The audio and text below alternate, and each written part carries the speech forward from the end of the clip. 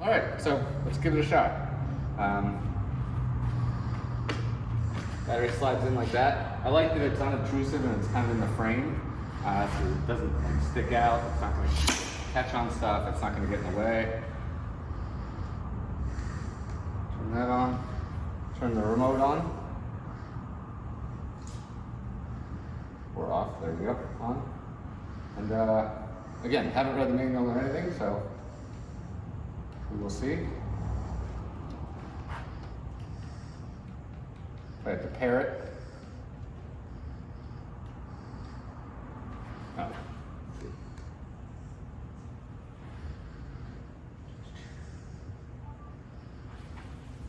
That might check the battery status. I'm gonna have to hold this in. There we go. We got more lights down there. This is why you read the manual first.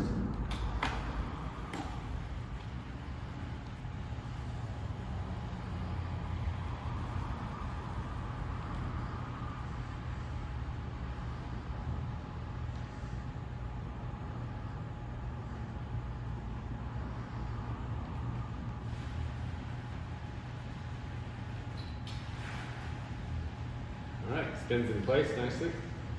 Also will continue forward somewhat if you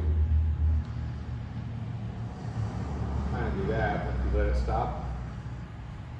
You know, it's just going in its forward mode. I can stop. Reverse works as expected. Reverse stops when you let go of the button. Doesn't seem to keep going. Forward, I think, will keep going even if I'm not pressing on the remote button. Okay. There seem to be different speeds. So speed 1, speed 2, speed 3, speed 4, speed 5, speed 6. That's the max speed.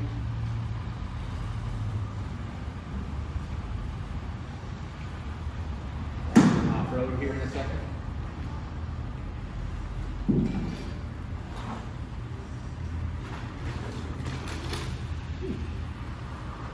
All right, Pro.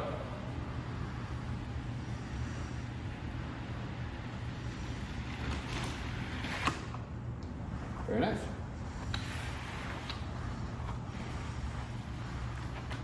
Yep, backup just goes at the 1 speed and stops as soon as you let go of the button, which makes some sense. Hopefully, less people dump this into a pond or something somewhere because they're not paying attention.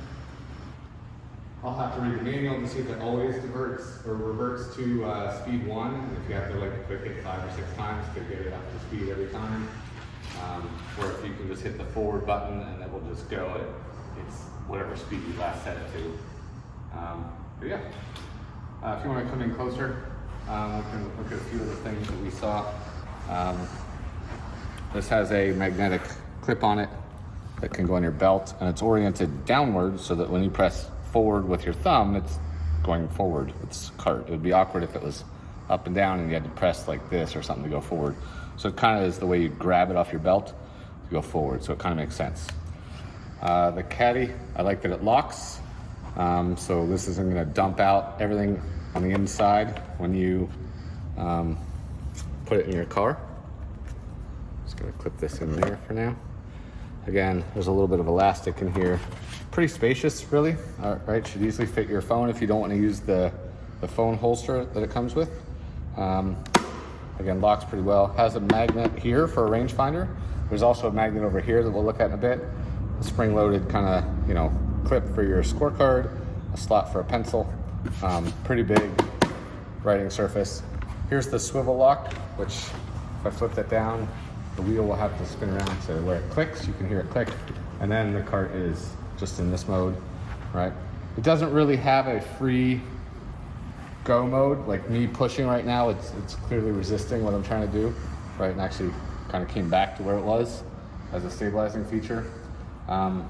So I imagine obviously if the cart battery dies, if you happen to be out there because you forgot to charge it after 50 holes or something like that, it would wheel pretty well. You'd at least be able to get back in.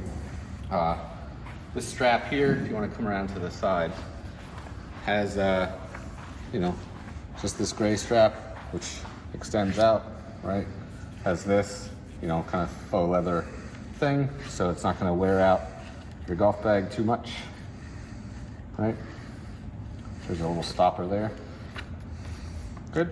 So I like these indentations here because that's good for if you have a stand bag with the legs, right? It won't be twisting around on here very much. Okay. The bottom, as you can see, is pretty round there, so it would have potential without this to spin around on the thing. Again, a very magnetic surface here that we already attached my phone to, but you could attach a rangefinder or some other accessories or something to that. You got a storage caddy up here. We haven't put the bag on that we had over there, but a good storage, right? It goes up under here, so it's actually pretty decently sized.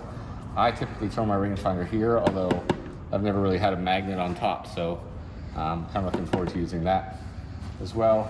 Sorry to make you go to the other side. I'll spin this around actually. Here's the cup holder again. Again, it's a dual cup holder, so you can do this. You could also move it to the other side. And obviously once you put your beverages in, you know, it's gonna be a little bit more stable like that, okay? Or you can fold it up and just slide it down in there. Again, comes off like that. Could move it to the other side if you like it over there.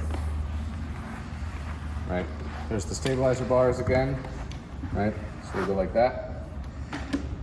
And again, we turn the lock on, so we'll take that off. So we got the freewheeling mode now. And yeah, I'll get some pictures when I get a bag to put it in. And we'll go from there.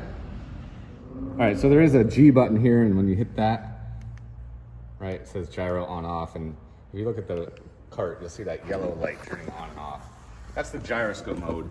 And I want to correct something I said earlier. There is a freewheel mode that I forgot about that won't, you know, keep this in place. It'll let you kind of roll the cart normally. There's a signal light and an on light. So there is the freewheel mode. I remember reading about that, but forgot to mention it from earlier. But the keypad also has a key lock button, which is this little button on the side. Unlocking it is as simple as hitting that. But that's good if, you know, you're fearful that, you know, you're gonna accidentally bump the keys and steer the cart into a pond somewhere. So yeah, just a quick update here while we still have it out.